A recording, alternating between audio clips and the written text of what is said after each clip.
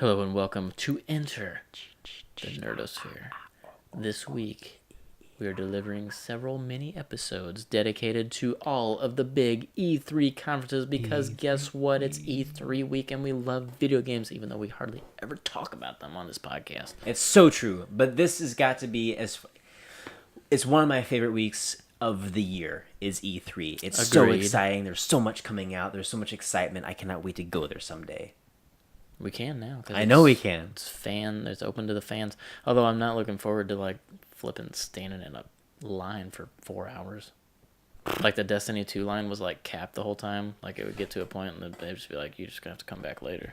There's too many people in this line." That's why I gotta get that press pass. No, that's why we need to become YouTubers because they were actually pulling certain prominent YouTubers in front of everybody to play. So with your help, we can go to E3. All right, so this episode is dedicated to Nintendo, which, as you may or may not know, they don't do a typical conference anymore. They do a like a video or a stream or some sort of something. This year it was a video with Reggie talking to us as usual. That dude is he's never going to go away. I'm tired of him. He was cool. We lose Jack Trenton from PlayStation, but we can't get rid of Reggie.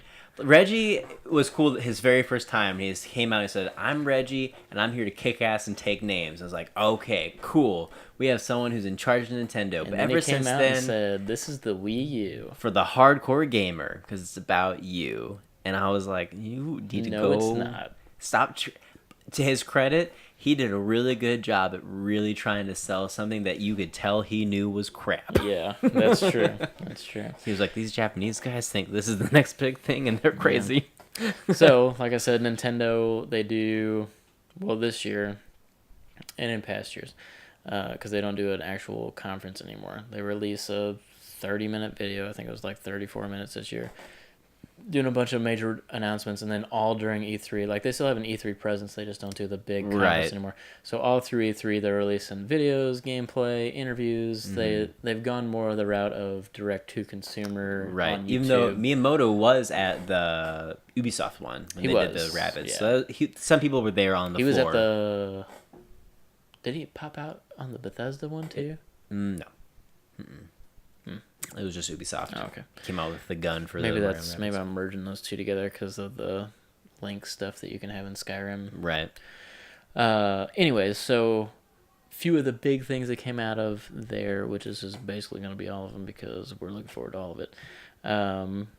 Mario Odyssey, I think, was one of the first things they may have shown. Looks great. The hat mechanic is cool. You can basically possess anything in the world. That was a new thing that they kind of revealed this time. Because actually, at first, I was like, I'm not really into his hat having eyes and being like a thing. But now that we know, like, you can possess things with it and like become any kind of enemy, or like they showed him possessing a bomb or a Goomba or a human dude, a bullet bill, yeah, and the T-Rex, yeah. So that looks cool. And Mario games always deliver. There hasn't been a Mario game in a long time that nobody's just like not loved. Like, this is terrible. I hate it. Exactly. It's at the very least, it's fun. It might be mediocre fun, but it's fun. No, it's at the very least like good. Yeah. Like it's never mediocre or bad or, you know what I mean. Right. So, Rocket League's finally coming to Switch, and they'll have crossplay with everybody else. So that's big news for them. I'm not a Rocket League player, but I know that it's a fun game. It's a ton of fun, but I haven't played it in a while. It's still pulling in, I think, 7 million people a month are playing it. We talked about week or something. Like it's maintained an audience and it's still growing even after all this time. They have like world championships and stuff. Mm-hmm. We talked about Skyrim is coming to the Switch, and you get Zelda themed things like the Master Sword and the Hylian Shield. Yeah. Certain amiibos are. It does kind of looks weird. But if you're into that, go for it. The Link's new shirt, the champion tunic. Yeah, the blue one. You can wear it. It doesn't really look that good. New Yoshi game coming out. Yoshi Yarn. It's the Yarn. Yeah, it's cool. It's fun. It's like the DS game, but it's gonna be on the Switch. I'm not a Yoshi game fan, but it's colorful. It looks cute. Great game for your kid, probably. Mm-hmm. I'm not really into that thing personally. Speaking of which, Kirby It's coming out for the Switch, and it actually looks pretty good. It's a platformer as usual. I mean, it's Kirby, and it looks good because it's on the Switch, and it looks like you can have up to 4 people playing with you. So, yeah, and that should be fun. Good couch co-op platformer. Some of the funnest memories of like back in the GameCube days and stuff is like playing games like that together. So yeah, it'd be kind of fun to get a few like that again. We got a different look at Mario plus Rabbids. Ubisoft's conference when they did the game was very in-depth of how the action works.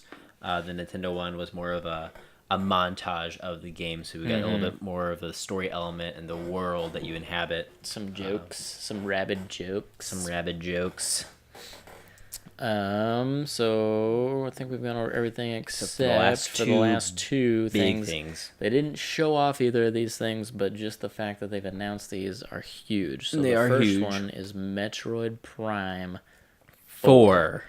And this is huge news because the Prime games were just phenomenal. They were probably like the reason to own a GameCube. Yeah, critically acclaimed, fan loved. Metroid Prime 1 and Metroid Prime 2 were just phenomenal. And Echoes was really good too. I personally think Echoes is I would put it at the bottom of those three, but they're all very good. No, I would agree.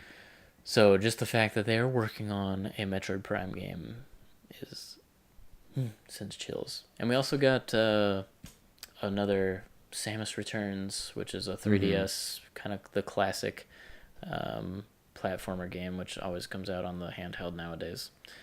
And then the big news. So they've been talking about something we've been clamoring for years. Potekken Deluxe, which is just a port of Potekken with all of the DLC and then 5 new characters. And then they announced that Sun and Moon are going to have Ultra versions coming out this year, which made me go, oh yeah, I never actually finished that. I need to go back and play it. Same.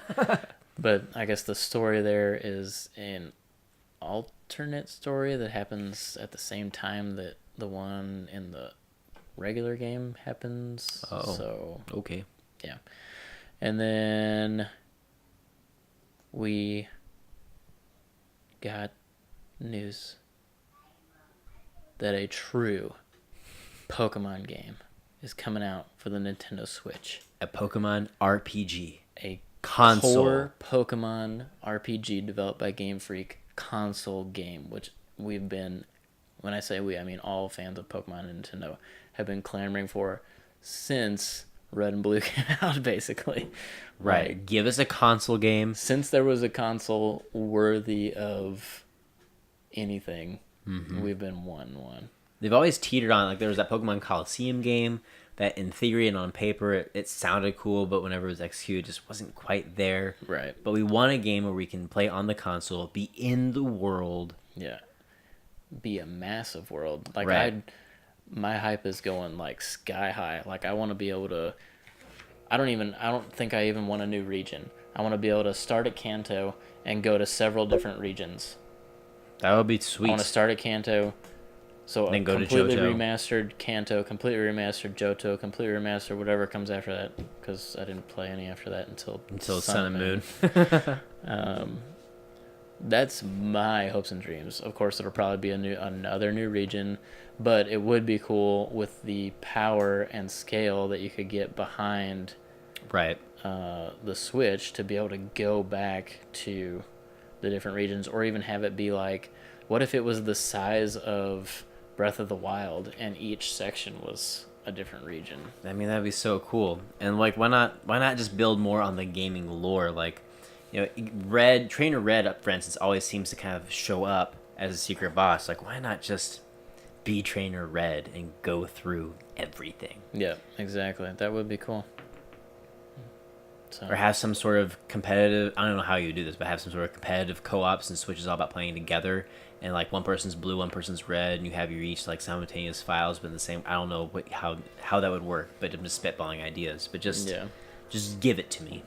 Well, and then everybody's really been wanting that Pokemon MMORPG, so maybe this will be a give step us in online the right ability direction. too. Holy crap! Can you imagine? So imagine like Destiny or Anthem, an open shared world of just Pokemon. That Pokemon Go, but in the game like world. me and you are running across a field, and there's a Pikachu. I'm gonna catch that Pikachu. No, I'm gonna catch that Pikachu. Well, guess what? I'm catching that Pikachu. Anyways, be fantastic. So that was Nintendo's Well, I personally didn't think they were necessarily the biggest and best conference of all 6. Those announcements definitely were like, ooh, they mean business this time. They're not going down without fighting. It helped justify my purchase of a Switch, and sales on the Switch are good, and I think that this is only going to help. So Nintendo's not going anywhere yet. This was the make or break, and they've made it. So expect Nintendo to still be around a little bit. Yeah. Cool. All right. Well, don't forget to leave a rating. Leave a comment down below what came out of E3 from Nintendo that you are most looking forward to. Be sure to check out all of our other mini episodes this week covering everything out of the E3 conferences. And we'll see you next time.